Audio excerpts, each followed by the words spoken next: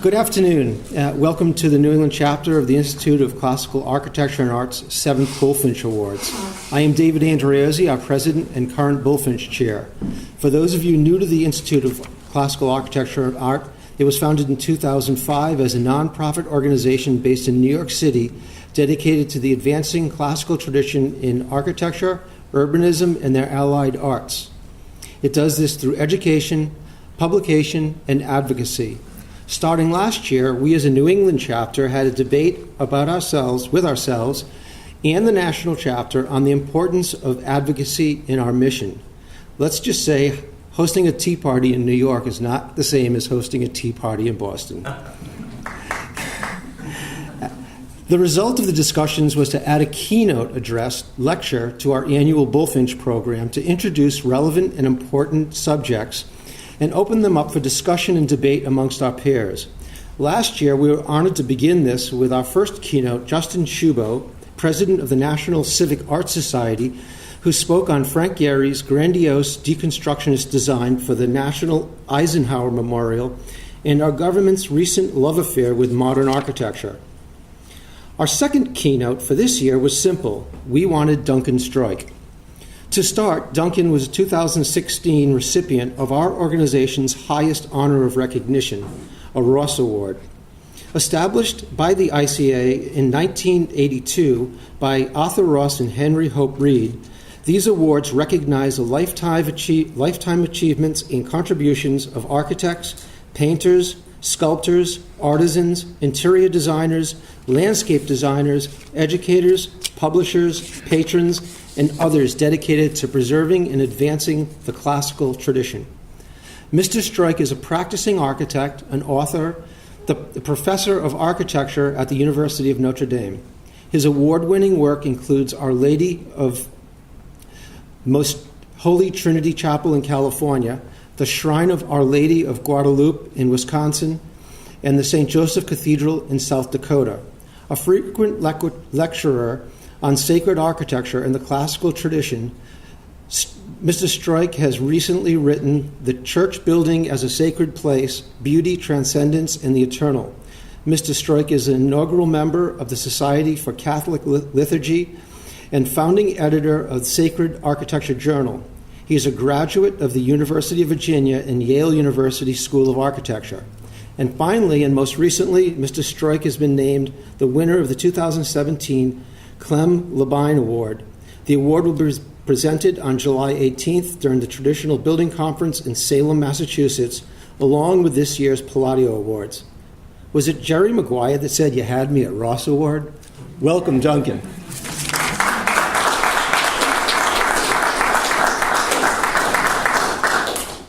Wow, that's really nice. It's nice to be in the same category as Justin Shubo and Frank Gehry. That's a joke. Relevant and important. I don't know about this, but this will be a fun talk, and I hope you'll throw tomatoes or have funny things to say or critical things to say about it. Principles of architecture disproved by the Renaissance. It's a great pleasure to be here. I love Boston. How many are Bostonians? Okay, I love New England too. And my wife is here. She couldn't miss it, and it's a beautiful spring day, and my daughter and son-in-law. But we're here, of course, to celebrate all of you in the room who are Bullfinch Award winners. Who's a Bullfinch Award winner this year? Wow, good.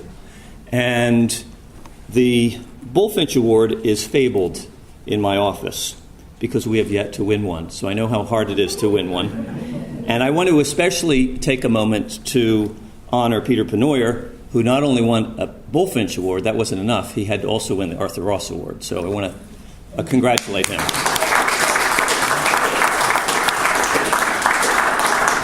And I think after you get the Bullfinch Award and the Arthur Ross Award in the same year, I think you can retire. Is that the idea?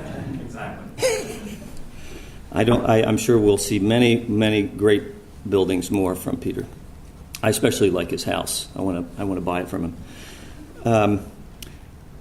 I want to thank all of my illustrious colleagues here who serve in the ICAA in the Northeast, who had the temerity to invite me especially David Andreozzi, Sarah McDonald, and my old friends Sheldon Kostelnicki and John Tittman. John, who has turned an architecture practice into art, A-R-T,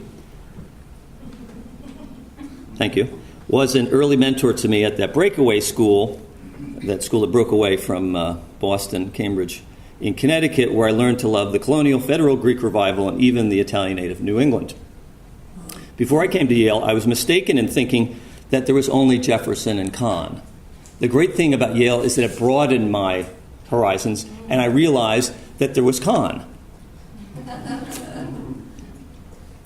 After leaving Yale, as you know, I'm at Notre Dame. There we go. And the University of Notre Dame was founded by Irish from Boston who wanted to start a football team. As you may know, our architecture school is the oldest Catholic architecture school in the country, and perhaps the best, which is not saying much because there's only 3 or 4 Catholic architecture schools. However, we are older than the program at Boston College, which they haven't started yet, so that makes us feel good. And believe it or not, we're older than Yale. Yale just celebrated 100 years last year with an amazing show and book by the dean. What's his name? Bob Stern. And it was a great show, great book. And we started about 10 years before that. Pretty impressive for a football team. Perhaps interesting for this esteemed audience is the fact that here's our building. It was designed in 1918 as a Beaux-Arts. What do you think? What was it designed as? Not an architecture school. Library, yeah. So it was designed as a library in 1918. We moved into it about 50 years ago. And it was designed by the fabled firm of Tilton and Boring, known best for their magnificent building at Ellis Island. Believe it or not, they began their careers working in the office of McKim, Mead & White. The plot thickens. Made out of Indiana limestone with giant arch windows on the main floor, which should remind you of a noteworthy library nearby. Are we allowed to dim the lights at all? Or is that bad for the cameras and stuff? No, it's not bad for the cameras because I don't want you to see me. I want you to see that stuff.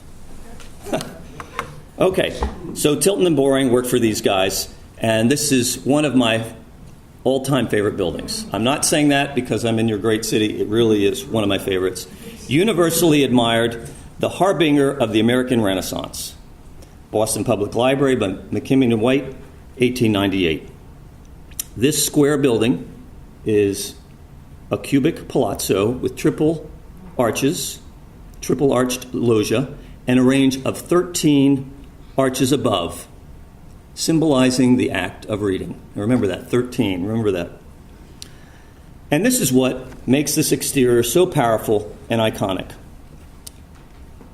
The ground level has beautiful iron gates, lanterns, and sculptures symbolizing the arts and something else. Okay, good. I don't know why they need that, but it's a joke. The second floor arch windows indicate there is a large important room behind them, and so it is. Bates Hall is a magnificent reading room with generous natural light that still gets readers to visit even in this day of iPads and digital media. Furthermore, the bottom portion of those arched windows have been filled in with stone panels inscribing the names of great authors and surrounding a smaller window in the middle that lets a little kind of visibility out from the reading room, as you know. The author panels and bookcase windows seem to be the literal expression of what is behind them. The books. And of course, as you know, in the days before card catalogs, people would first find the name of their author by walking around the building, finding the author, and then going back up and checking the book out. You believe that? No.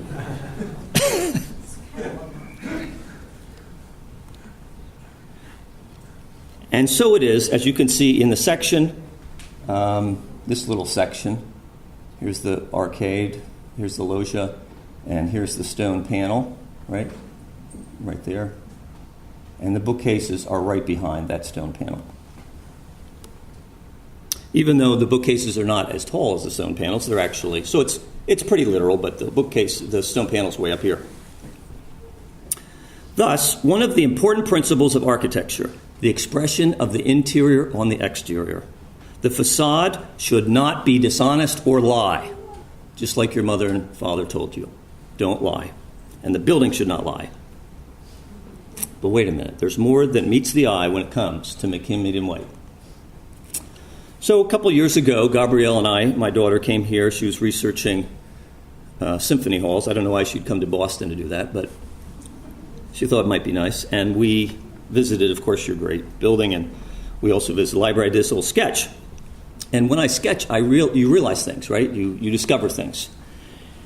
And I tried to draw the interior of the Great Bates Reading Room, which is a majestic space, 43 feet wide by 214 feet long by 50 feet tall. Essentially, the volume of a Renaissance church, yes. There, one realizes some surprising things. The barrel-vaulted room has apses at either end with wonderful half-domes, ribs, and coffers that diminish. But wait, in the apse facing Bragdun, there is not a window in the center, as I would have expected. Instead, there are two arched windows, and the pilasters on the walls have disappeared. Suddenly, there's no pilasters in the apse, but there's the residue of the pilasters in the capitals that remain. And we see them paired. Interesting, they're paired capitals or paired pilasters. So these pilasters here then become just capitals in the apse. Very interesting. But isn't this, pretty ingenious, but why? And looking in the other direction, this is what floored me. I didn't draw it, but it floored me. We see an apse, but with totally different ribs and coffering. Do you notice that? Look at those. Look at that dome, and then that dome. What's the difference? With double and single beams. Yes, single ribs, not doubles, and there are little pilasters framing this panel, whatever that panel is. See that? So very different ends, very different apses. So what's going on? Is this conscious? Of course it is, Duncan. It's Charles McKim. It has to be conscious. So isn't this room the full length of the front facade? Isn't that what we just said? This is the room that is library. And it's right on the front facade. It's big arched windows, and that symbolizes and means library. So why don't you have windows at the other end? Isn't there a wall there? Isn't there a street? Isn't that called Boylston? Aren't there windows on the outside of the building? What's going on? Yes, there are windows on Boylston Street. What's the deal?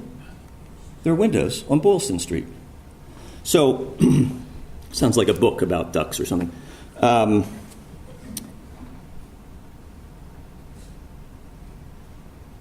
Does this sound dishonest to you? Windows on Boyle Street, no windows inside? Doesn't it sound kind of dishonest? Yes. It's a lie, or it seems like a lie. Let's find out. So, when was the last time those of you who are architects built two big 10 by 22 foot windows on your facade and then put a wall in front of it, an apse in front of it? Anybody ever done that? Two 10 foot by 22 foot windows arched with beautiful arched archivolts, capitals, piers, these nice roundels. They don't matter. Words, they don't matter. Why would you do that? That's kind of expensive, isn't it?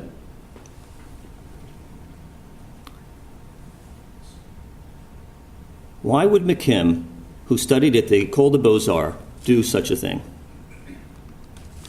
So, I contacted Leland Roth, who studied under Scully at Yale, so he would know. And he wrote the first modern book on McKim in White in 1983.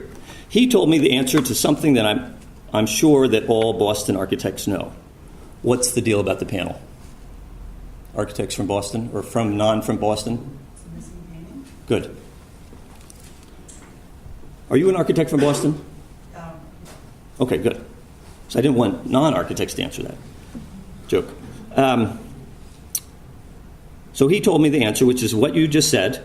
As you're aware, McKim tried to incorporate art by the finest artists of the age in the library, Saint-Gaudens, Puvis, Sargent.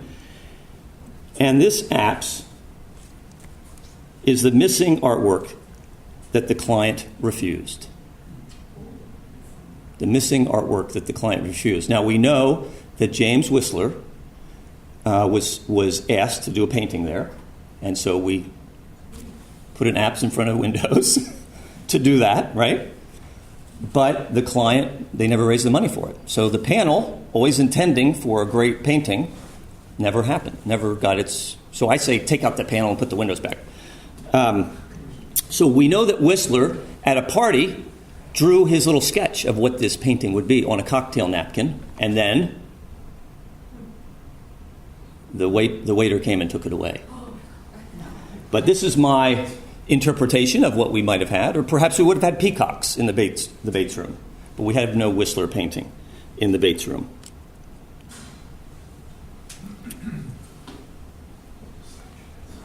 So what are we left with? The main facade expresses the purpose of the building as a library with a grand reading room on the piano nobile. The Boylston Street side, which is the same length, about 220 feet, seems at first glance to be the same, but has a series of rooms which are not even symmetrically disposed, much less expressed on the facade. Do you see that? I guess, well, let's see. This is the facade we're looking at here with all these rooms. So symmetrical facade, but no expression of, no reading room like this facade. Does that make sense?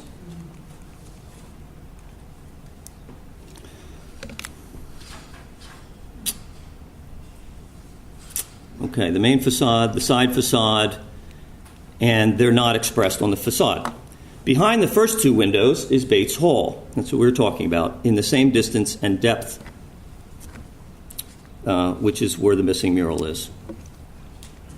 Now, this is really interesting. Did you notice this before? What's the story about these two facades? What do you notice at the corner of Boylston and Copley Square? What do you notice about those windows? What? Yep. Distance from the corner is greater, and also the depth. The depth of the arches on Boylston is half the depth of the windows on Copley Square.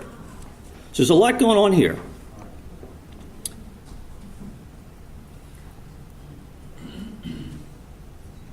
But it's not expressing the rooms, obviously. Why is Charles Fullen McKim doing this?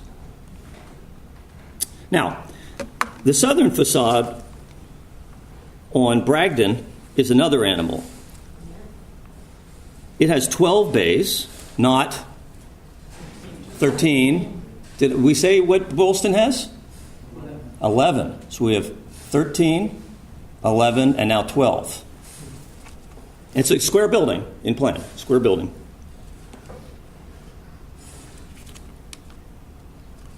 "12 bays with the first 6 arches similar to the front facade with the large windows and the panels with inscribed names of authors. And then there are 6 much simplified bays with large shallow arches encompassing smaller rectangular windows and a side entrance. McKim is clearly trying to tell us that there's no reading room here on the end, the last 6 bays to the left. There's no reading room here, and in fact, there are multiple floors of stacks or other rooms with lower ceiling heights. Is that right? Was this all stacks originally in that area? Maybe it still is. I don't know. If you remember anything, remember the 13, 12, and 11 arches. So, almost by definition, we know that some of the arches on Boylston do not line up with Bragdun. Do I show that? Yeah, in the plan. These two facades, this one has 12 bays, this one has 11 bays, this one has 13, that doesn't matter. But these 11 bays arches do not line up with these 12 bay arches. Does that make sense? They can't, right? Certain ones could, but they don't, in fact. Which we might find out if we get rid of that silly panel that doesn't have a painting in it. We might realize that. Might not work out. So, what is even more interesting than that, why would McKim make each facade different? Could it be to express the interior? So let's look at this essentially asymmetrical facade in Bragdun and the piano nobile in more detail and see if our hypotheses are correct. The first two windows on the right are expressing the reading room, although the apse form in the barrel-vaulted ceiling is hidden or veiled. The delivery room, which is the next room, delivery room's here, is right there. Look at that. That's the delivery room. Encompasses almost 3 windows. That's where you used to pick up your books, when you would order your books. It has a single large window in plan with walls that fall in the middle of 2 large arch windows, thus blocking them off. So you've got more windows being blocked off. Do you see that? They come right in the middle of windows, of big windows. And the window of the delivery room is unique in being brought down into the author's zone. Then there's the librarian's office, which happily is now bathrooms without any windows, which includes one arched window, but has the wall in the middle of a large arched window, and it borrows one of the small bookcase windows. So we're talking about this area right here. It's the old librarian's room, and presumably has a lower ceiling. This kind of explains it. It's very crude, but that is kind of the section of these rooms drawn over the facade. Do you buy that? There's the big reading room. There's the delivery room, which isn't bad. It's 25 feet tall. And there's the librarian's office, and they have nothing to do with these arches, right? They have nothing to do with the arches, or very little. How about that? So these arch windows and smaller windows have been totally manipulated so that the exterior and interior are totally different. Windows are disposed in a pattern, and walls and ceilings can run right into them, whatever works for the interior rooms. And let's look at the delivery room. Here's the delivery room here, right there. That's the delivery room. It's also called the Abbey Room. Has some of the best paintings in there of great stories from the Middle Ages. You can see this is where the normal window starts, and it just has part of a window, and it has a lower window there. Do you see that? So it just has a little bit here and another thing there. And that's the delivery room. And of course, the 2 walls are running into windows that we've had to block off.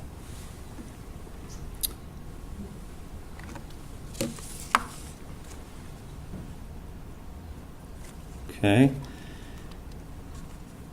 And the way that he solves this on both facades is by what?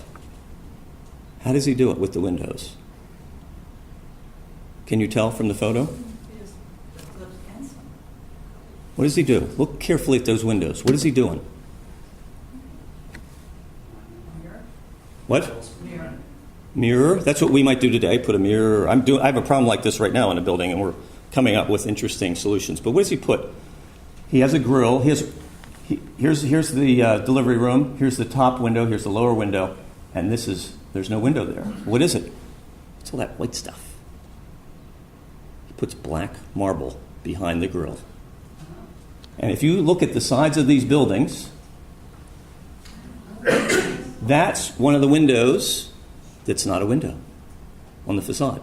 This building has lots of this stuff. Some are partial, like the delivery room. Some are completely covered with marble. Brilliant. I'm doing that on my next building. What about you, John Tittman? Let's do it. I'm paying for a window, and then you're going to put marble behind it, Duncan? Come on. It looks good.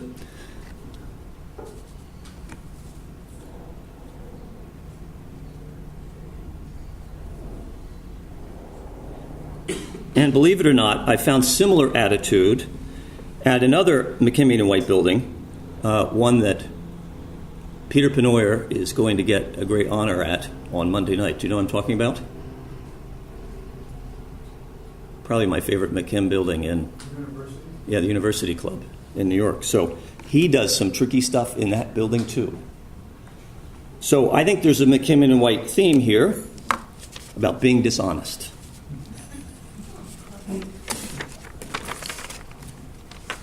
And it would be really fun if I had time, or maybe one of you can beat me to it, is to go to that other really good McKim building. Not this one. This is really good too, but the other big one in town, built about the same time. What is it, Jacob? In your town? Any of several. Okay. Give another clue. Yeah. What color? What color brick and stone? The other big one, Cultural Center. Symphony. Yeah, Symphony Hall. I bet if we went to Symphony Hall and we started looking around, we could find some of these tricks there. Anybody buy that? Has anybody found those? I'll talk to you afterwards. All right. So what I conclude from this is that our heroes, Charles McKim, and I would put Stanford White in the same boat, were not committed to an honest expression of the interior on the exterior. They allowed for differences between the exterior and the interior, and maybe even preferred them. Maybe this was a game of chess that they were really enjoying doing. So the interior and exterior are different. The wall negotiates the difference. It negotiates the difference. Okay, so this is my theory of investigative journalism, investigative architecture, which can be done by visiting, drawing, and analyzing buildings. One of the goals that I have and my students is to ask how much the great buildings followed the rules that we're all taught. So, while some of the founding fathers of the American Renaissance did not follow the rules, what about the Renaissance itself? Let's look.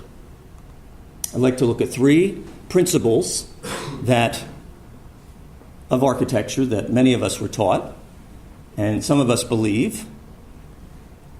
The facade expresses the plan. Major volumes are expressed on the exterior. And my favorite one, pediments express the roof. How are we doing on time, David? Halfway. Okay, perfect. So I've only got 75 more slides. So let's start with the facade expresses the plan. And we'll start with this building that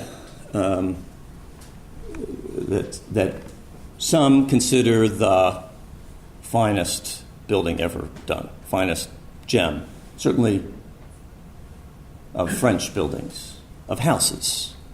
It's just one of the greatest buildings ever done. And it's also cubic. And so I think of this as the main facade, the garden facade, with 4 columns, 4 Corinthian columns, 5 windows, 4 Corinthian columns, and the wonderful stairs. And the other 4 facades are all variations on it. Now, a little bit, so the 4 facades are, unlike Villa Rotunda, they're all different, right? All 4 facades of this building are different. But they're all related to one another.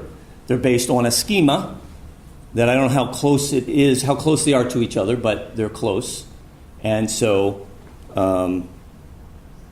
Gabriel manipulates the building to follow this. So he gives himself a hard challenge. And there's a really nice house. I think it's in New York State, and it's white on the outside and has very colorful on the inside.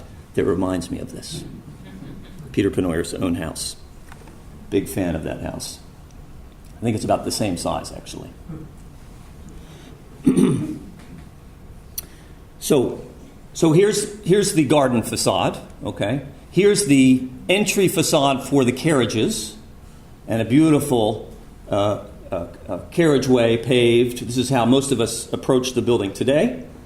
And there's the main door, which isn't that main, but it's the central door, and you have the 4 pilasters above. Again, simple facade, 5, with the central portion of 3 windows protruding outward. And again, how do you interpret that? We interpret it. What do you interpret this facade to be? Or this facade? What do you interpret them? What do you expect? What's that? The central room. Yeah, you expect the central room. Great. So here's we're going counterclockwise from the garden. And then to the right, we have the court. We have the service court. Isn't that right? Isn't this kind of originally the service court? And it's the least, it's pretty good. If I could do this, it'd be pretty good. But it's the least decorated of the 4 facades, right? No full orders on this facade. But the 5 windows, and the 5 windows are exactly equally spaced, right? They're equally spaced on this facade and not equally spaced on the other facades. And then you're getting a glimpse of the next facade, which has pilasters, fluted pilasters, also going out to a garden. And you see that here, the fluted pilasters, and then the garden side that we started with. Okay? So, Petit Trianon, one of the great buildings ever done for the king and his mistress. And it's just a small house at Versailles. For us, it might be big, but for Versailles, it's small.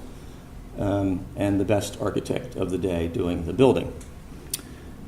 So there's the main facade, and I'm there with my graduate students, and we're drawing it, and we're analyzing it, and we're trying to figure it out. And so I start studying it, and I'm drawing that facade on the courtyard, the entry court for the carriages, and I realize there's something wrong with this building. Because here's the garden facade here, where, just like you would expect, those 3 windows are the main room, and there's 2 side rooms, right? There's the main room with the columns, and we have 2 side rooms. Okay, fine.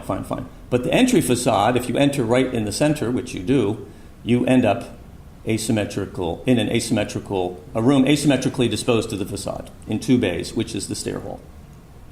And then if we start looking, we realize the whole building is that way, except for this one facade. It's the only facade where the rooms are expressed, as it were, on the facade. Okay, so the plan must always be expressed on the facade, except at the Petit Trianon. And there you see it, there, a nice drawing. So facades are more or less symmetrical. Each one is a little different. This is a simple one with the bedroom, and this is the only one where there's a central room on the central facade. Interesting. Maybe Gabrielle was having a bad day, or the client was really demanding, and maybe it was value engineering or something. There's got to be a reason, right? So there you see that the entry court for the carriages and the way you enter today. And you see the relationship of the facade and the rooms. Isn't that a surprise? I was surprised. There's one of the main rooms on the opposite facade. So, the plan must be expressed on the facade. What is it? Do you know this building? What is it?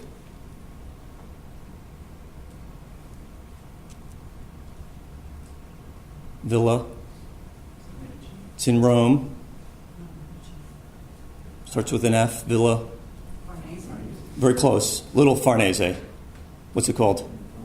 Farnesina. Villa Farnesina by Peruzzi. Baldassare Peruzzi, 1506, fairly early High Renaissance, time of Julius II, for Julius II's banker. Yeah, he was doing pretty well. Julius II's banker. And if you look at this facade, and we know that in Roman palaces, that the main floor is the piano nobile, what we call the second floor. In Europe, they call the first floor. Second floor is the main floor. Where would you expect the main room to be in this facade? On the second floor. Just based on the facade, because that's the game we're playing. Where would you assume it to be? Come on, it's easy. In the center, right? It should be right there, right? Now we have a nice loggia there, and we have a grand room on the first floor painted by a guy named Raphael. I guess they couldn't afford a better painter. And where is the main room? And so here's the first floor plan. There's that loggia. Come in here, you go up a stair, and here's the upper plan. Look at that. You go up that stair, and there's the main sala. They call it now the Sala della Prospettiva, and you can tell me if you buy why it's called that. So it's not on the front, and it's not in the center.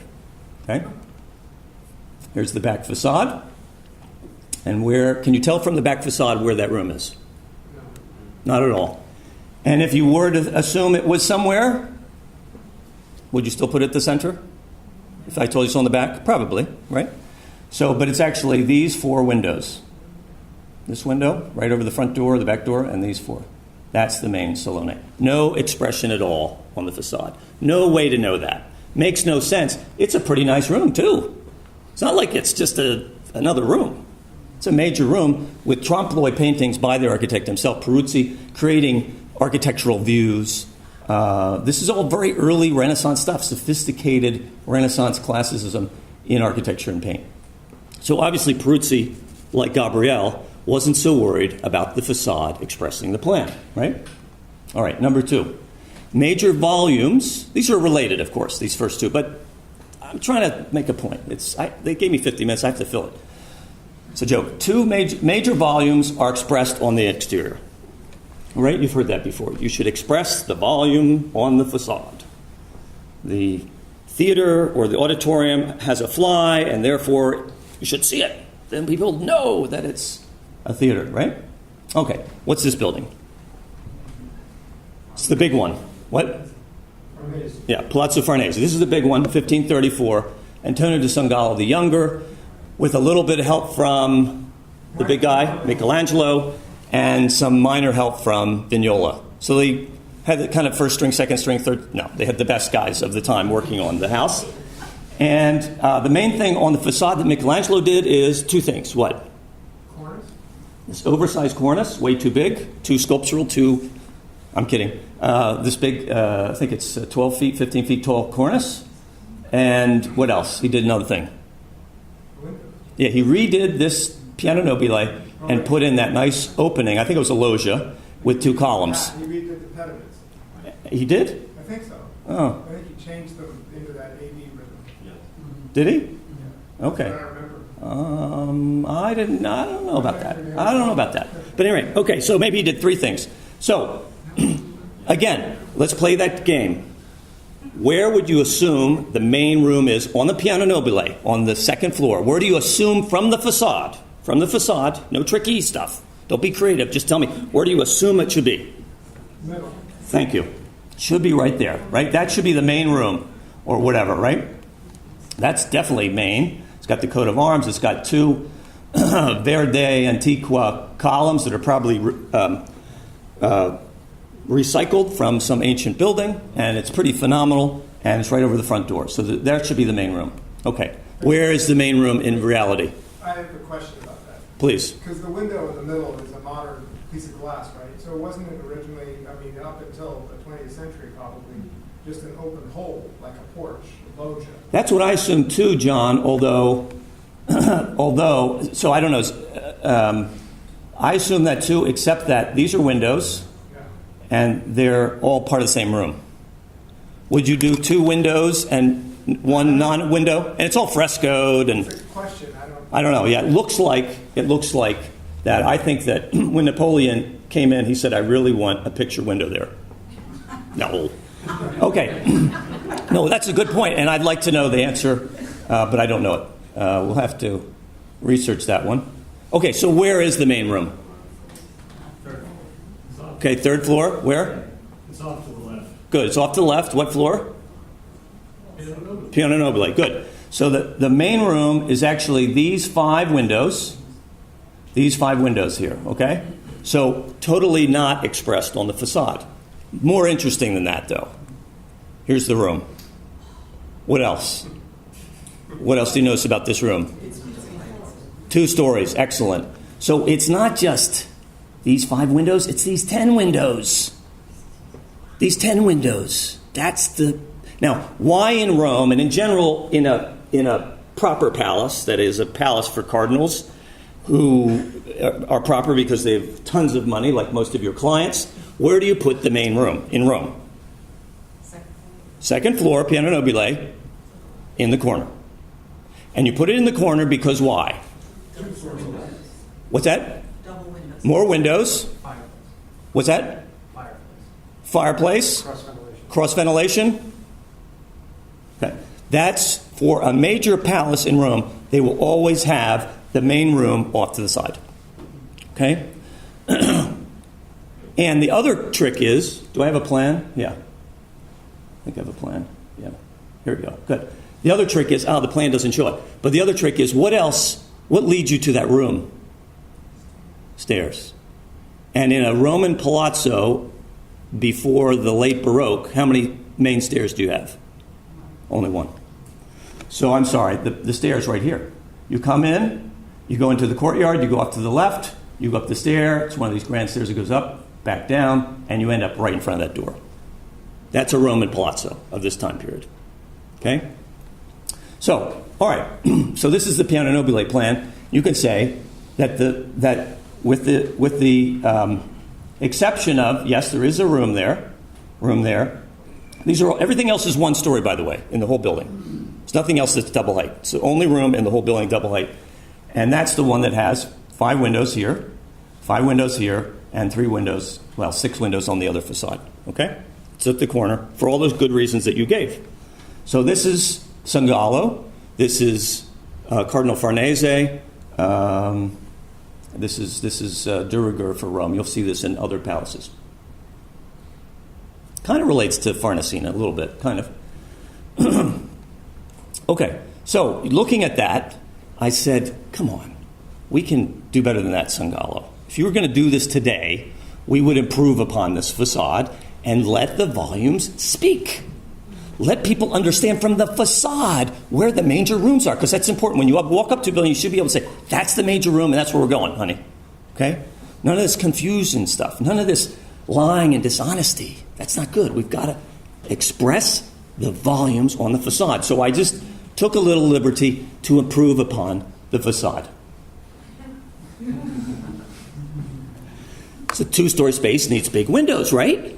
And some of the pedimental work needs some help. But anyway, it's just an early study. Do you think I should keep working on this, maybe? Improve it a little bit? Yeah, I might have my staff work on it for a few months. Try to improve Palazzo Farnese. I think it's good. It's good. You know where it is. Everybody gets it now. Okay, so we're going to, same time period, little building, also by Baldassare Peruzzi. My daughter, who's in the room, had the fortune to meet the family that owns this still. It's the same family that built it. And of course, what's the name of the house? Palazzo Massimo. And what's the famous story of Napoleon comes to Rome and he asks Senator Massimo, what does he say? What? Can I have your house? Yeah. No, he says, it's been said that your family is an ancient Roman family. Goes all the way back to the time of Julius Caesar.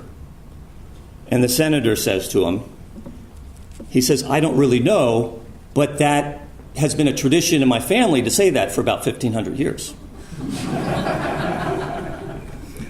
Okay, so Palazzo Farnese, fantastic work.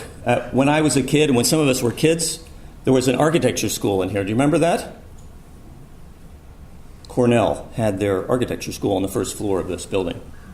Fantastic. On just one part of it, in this wing right here. And they were allowed to go in there and study it. But anyway, okay, so Baldassare Peruzzi, great architect. One of the first uses of an ionic column base since antiquity.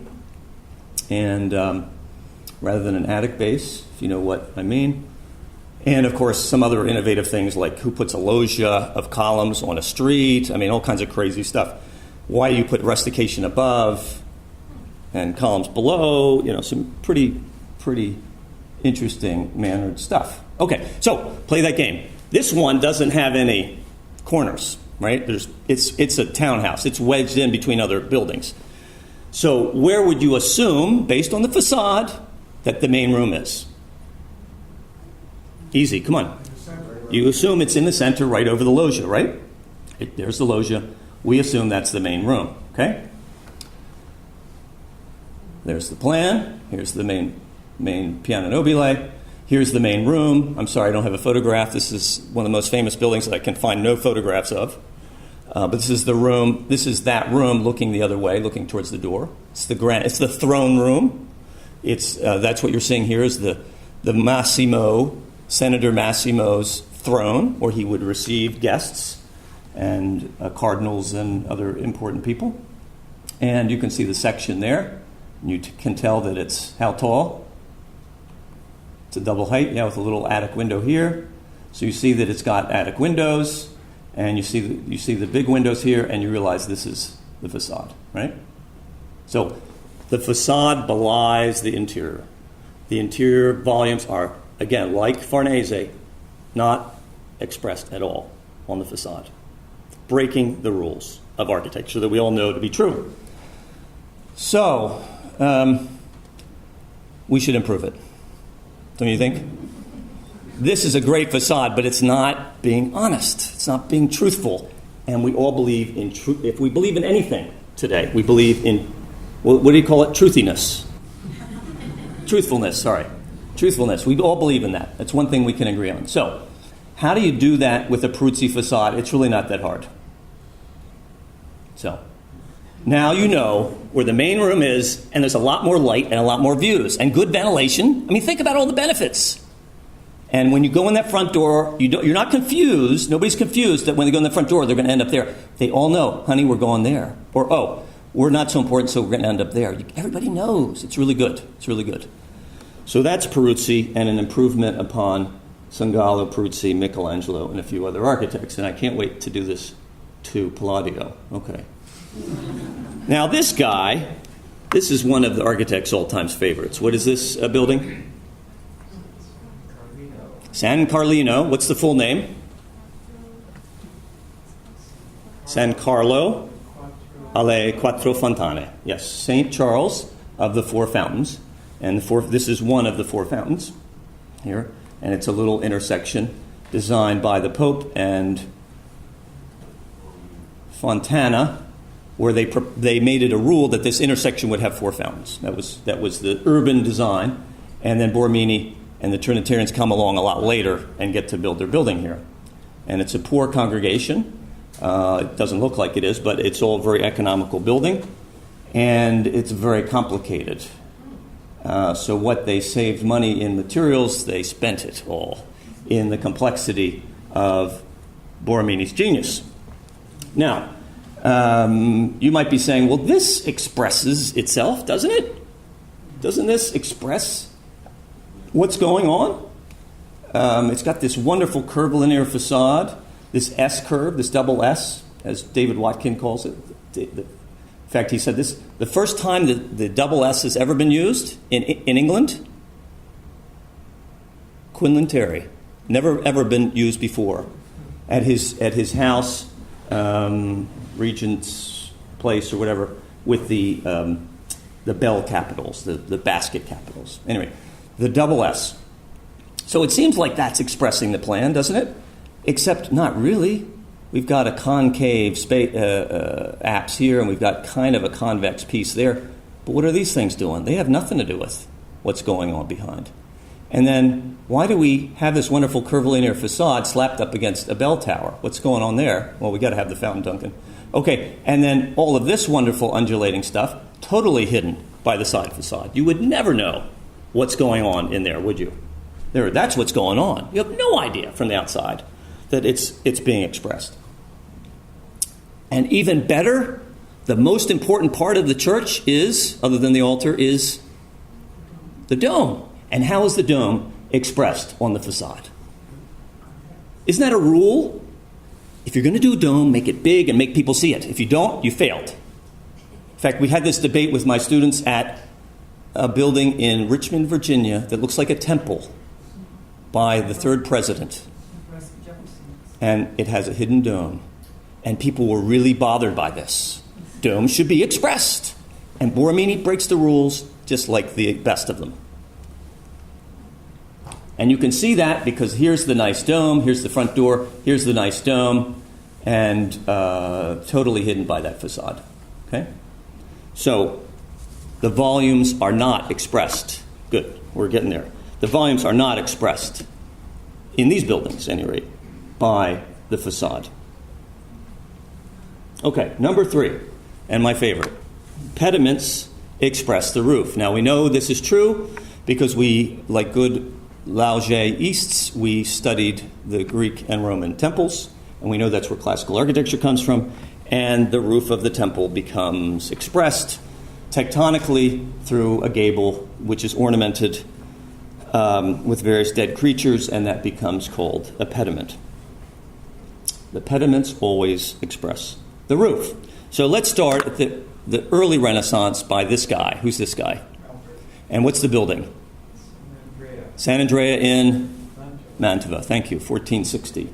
And this is the first time since antiquity that we've designed a church or a building like the old French, was it the French Embassy? The Berkeley School? Was it the French Embassy? What was that building? The Berkeley, right on the street here? The Berkeley dormitory? Okay. First time since antiquity that somebody builds a building based on a temple and on a triumphal arch. In fact, it's also the first time anybody since antiquity, ever, has combined the two. So 3 firsts. Okay? Alberti, humanist, scholar, priest, good writer, complained about Vitruvius and took half of his good ideas. And this is a great work of architecture. And so we see the triumphal arch, and we understand it's a church, so it's Arch of Triumph, triumph over death. And we go through the arch, and we come into the church, and then the pediment is the roof, and that is the nave of the church. And it looks like a church that has no aisles or side chapels, right, because it's just a single volume, right? That's what the facade expresses, presumably. So the pediment is the roof. No, it's not. Here's the pediment down here. Here's the roof up here. Pediment has nothing to do with the roof. Pediment expresses entry, expresses importance, but the roof is about 25 feet above the pediment. And look at this section. Here's the top of the pediment. Here's the top of the roof. And it's carved out with a little balcony behind the pediment. It's not even a fake roof there. It's just a void roof. It's a faux roof. Who's ever done a faux roof? I've done faux marbling, but faux roofs? Come on.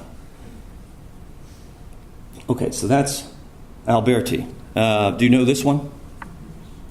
This is where you go to see Caravaggio. This is the Caravaggio Church. Do you know what it is? Yes, it's the Franchese Church, St. Louis IX, San Luigi De Franchis. It's the French church near Piazza Navona. One of my favorites, very wide and broad. Now, what would this... I'm going to fill in the answers for you guys just because David says I'm running out of time. So what does this facade express? Big volume, pediment. Maybe there's a central nave, and maybe there's 2 side chapels, small side chapels, right? This looks like the nave, right? I thought it was funny too. This is the side chapels or the side aisles or something like that, right? That's what the facade expresses. And you go in these 3 doors, right? So that makes sense. That's the nave. These are the side aisles, side chapels. Oh, who did it? Della Porta starts it. Della Porta is the guy that finished the Gesù, was a student of Michelangelo. He starts it. It's not completed until Fontana, 20 years later. Fontana was Sixtus V's favorite architect. Okay, late in the 1500s. So, Della Porta Fontana. All right, great facade, travertine, Doric or Tuscan. I don't know, which is it? Jacob Albert, is it Tuscan or Doric? I'm going to say Doric. Okay, Doric and then Corinthian above. And the tripling of the pilasters and the doubling. It's sophisticated stuff, and there's great niches and statues. Love it. Okay, so what about this building? That's the real deal. That's the real deal. You mean it's only a facade? Yeah, it's only a facade. So here's the actual top of the pediment. Here's the actual roof, about 25 feet below. These nice little pieces here, which in an American church would be a bell tower. A choir loft right up here. They're there for aesthetic reasons. Oh, come on, they have to store mops and stuff up there, Duncan. All right. That's probably what they do. They have mop storage up there, pretty expensive mop storage. So, San Luigi De Franchis. Okay. And to make it really clear to you, I love this drawing. I forget who did it, but I have a couple of these. There it is. Can you see that? There's the facade, and there's the building behind it. No relation at all. Except for windows and doors. No relation. In fact, the window doesn't have a very good relationship. That's the side of the this is the side roof, which has both a side aisle and a side chapel. It's where the Caravaggio is on the left all the way down. Which one is this, Gabrielle? Is this St. Matthew? Calling of St. Matthew. And what else? And then the clear story window, and you see the little... So the actual nave is very, very narrow, probably in that 25, 30 foot wide, which is very French, narrow and tall. It's one of the most vertical churches in Rome because the Frenchies preferred, they learned something from Gothic architecture. And even when they switched to classicism, they kept that sensibility. It's very interesting. So San Luigi De Franchis, one of my all-time favorites, right next to the School of Architecture in Rome, where my students study. Started by Della Porta also, then Moderno worked on it. Do you know this one? This is like the Gesù, but with a budget, with a nice budget. San Andrea della Valle, it's the mother house of the Theatines, which are a Counter-Reformation order, and they didn't have any money for sculpture. But what would it express? So there you have the nave, there's the pediment, there's the roof, most importantly the roof, right? That's what we're talking about, pediments and roofs. There's the nave. Probably doesn't have side aisles because Counter-Reformation churches only have side chapels, not side aisles. And we have multiple altars and paintings, and the wealthy pay for each chapel and so on. So probably that's what it expresses, right? And there's the window and so on. So it's pretty cool. That looks like a very tall church. That facade is probably in the 150 range. Maybe it's even taller than that. That's the interior, Theatines. Again, Moderno works on this, and Della Porta finishes the Gesù. Moderno did a really big building in Rome. I forget what it's called, named after Andrew's brother. St. Peter's, thank you. And here you have this tripling of the pilasters, the fluted Corinthian order or composite. I can't really tell from this angle. And it's wonderful apse with the story of St. Andrew, who was crucified on an X, and these great paintings on the ceiling, side chapels, and so on. Okay, clear story and all of that. So it looks pretty good. It looks pretty much like the facade, I'd say, or it works with it. Nope. It's just a facade. Just a facade. There's the nave. There's the pediment, 25 feet above it. There's the dome.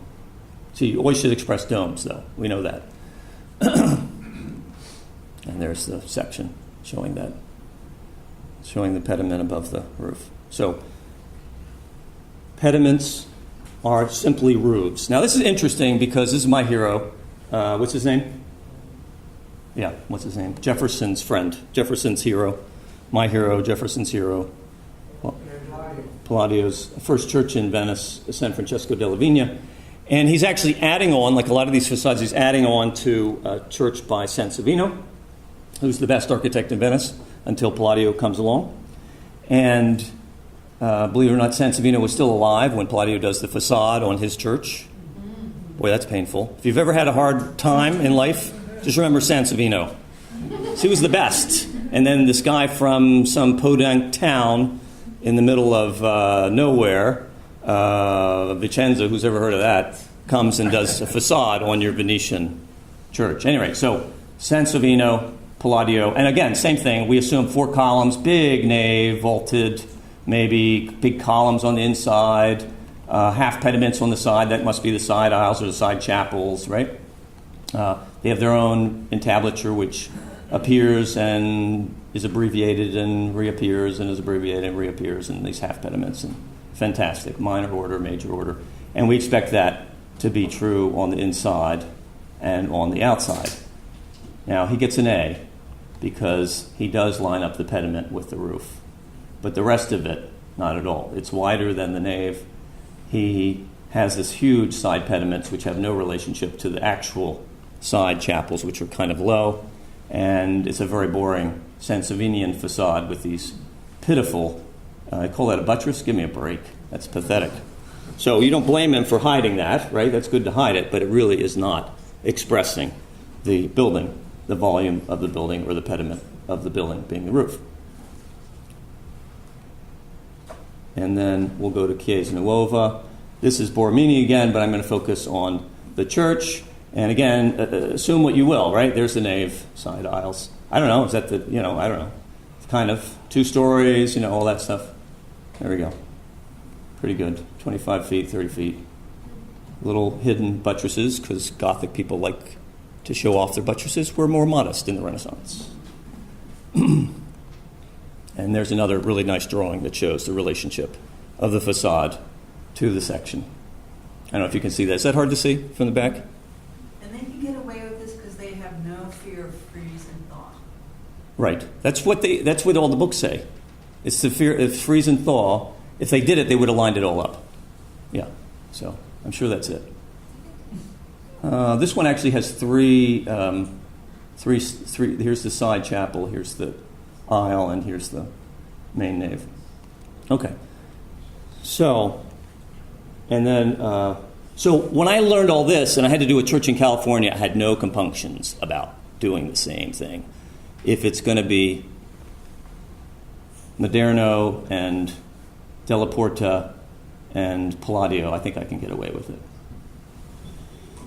You want the facade to be one thing, and it's got to have superimposed orders, and then you need to have the roof do its thing, and you don't need it to be that tall, and so, well, that's just an excuse, isn't it? All right, so the three principles of architecture disproven by the Renaissance. So, as far as some of the major principles of classical architecture go, many, if not all, of the great architects of the Renaissance did not follow them. Either these buildings have major mistakes and should be downgraded. I say take them out of the history books. Or the principles themselves are mistakes. If these three concepts, rules, principles, are simply nice-sounding adages and easy to tell young architects and students, they sound good, they're easy, like form follows function. If they're just simply nice-sounding adages, then I suggest that we disregard them and look for the true principles that the masters of the Renaissance followed. Our goal should be to search for what makes architecture great so that we, in turn, can contribute to the culture. How do we do this? I believe we can discover the true principles if we are willing to be skeptical of what we've learned, of the adages, and test our theories through architecture, by real buildings, great works. In order for us to produce the finest classical buildings, for our age, much less for all ages, we need to constantly hold up our own work in comparison and contrast to the past. In this way only will we see that glimmer of artistic timelessness in our own work, which we all seek, and which redounds to our and humankind's glory. Thank you very much.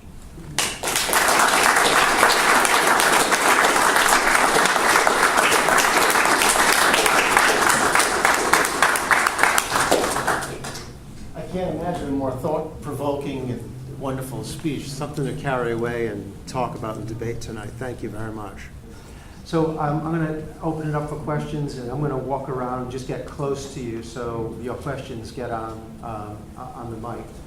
And I'm going to start with the first question, which is how would this be perceived at the L'École des Beaux-Arts? That the fake windows. I mean, if you're for the Grand Prix and they have this massive, what were they teaching? Is that right, or what happened at the library really sort of would it be looked at negatively or positively by the people that were teaching at L'École des Beaux-Arts? By the theorists of the École, what? Very negative. By the architects who practiced, I don't know, I wonder. Most of the teachers were practicing architects, and very good ones. You'd think that they would understand the flexibility that we all need with buildings and programs and budgets and so on. But you're right, the Beaux-Arts promoted these kinds of rules, maybe not the ones I enumerated exactly or elucidated exactly, but they're promoting that kind of thing. Expression of volumes on the facade, and of course that lends itself to a certain kind of planning. You can't put in a Beaux-Arts building, you can't put the main room on the corner. That would be bad, because then when you go to express it with big windows or pilasters or whatever, it doesn't work. So it does lend itself to a certain way of plan making also. Why did McKim do this? He seems to have done it a couple times. Again, the University Club's my other example. We could talk about that. That has the same issues, you might say problems, issues that the Boston Public Library has with arcades on the piano nobile, or on the top floor in this case, and the two facades being different.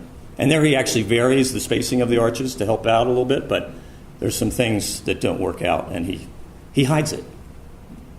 He's dishonest, and he hides it. Anybody else? Peter Pinar. Isn't it possible that the challenge of the public library here is that the books are in almost an arbitrary place in the plan compared to Career Hastings in New York, where the books are put directly underneath the reading room and full symmetry reigns? Yes, full symmetry reigns in plan, right? And in section. And in section.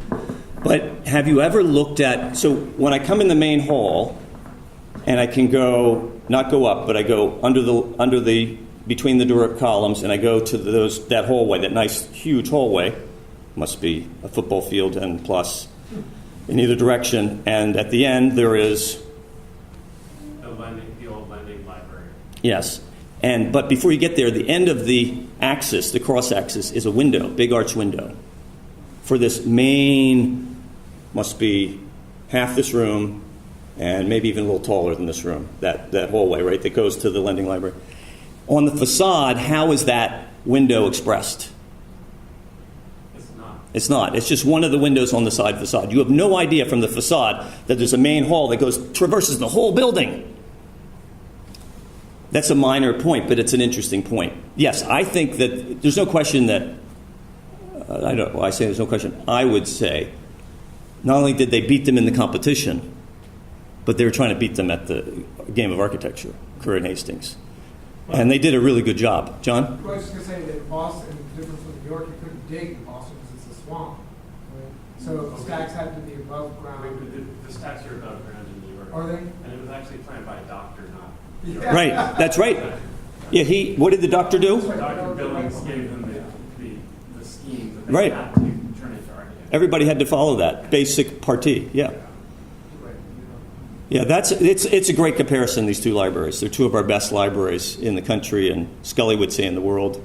And, nice comparison. But Career and Hastings were definitely, as you say, as you point out, not as free and footloose as McKimmon and White. I think that's true. Not an expert on that. I did find, though, who's our friend that wrote the great book recently on the library in New York? Still living guy. Don't you have it? The Henry Hope Reed book. Yeah, with, what is that guy's name? Morone. Francis Morone. And fantastic book. And they say in the book there was no precedent for the building, the facade. The plan was given to them by the head librarian or whatever, but there's no precedent for the facade. I found the precedent for the facade. Anyway. Any other questions? I think. You buy all that? Come on, somebody's got to argue with this some more. Come on. It's got to find the holes in the argument. Come on, I'd love to hear. Yes, please. Heather. Wait. Well, the one thing you didn't discuss is how the buildings are set in their context. So like the Boston Public Library was built for books and human use and scale, and then you go outside and you have the open space. So as you said, the walls and the gate negotiate the inside to the out. Put in the theorists, you usually say that that's what they're doing, using the facade as a transition of the uses. Mm-hmm. To transition you from say that again, from the outside to the reading room to the courtyard? The form and the function of the inside to the form and the function of the building on the outside in their context. So when you're in Rome and you're looking at all those buildings, they are being designed for what was around them at the time.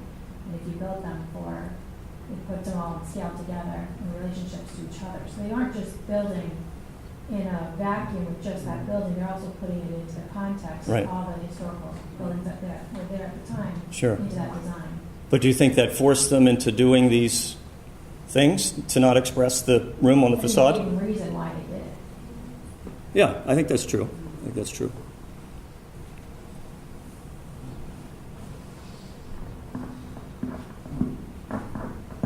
Well, we can talk more tonight. Thank you very much. Thank you.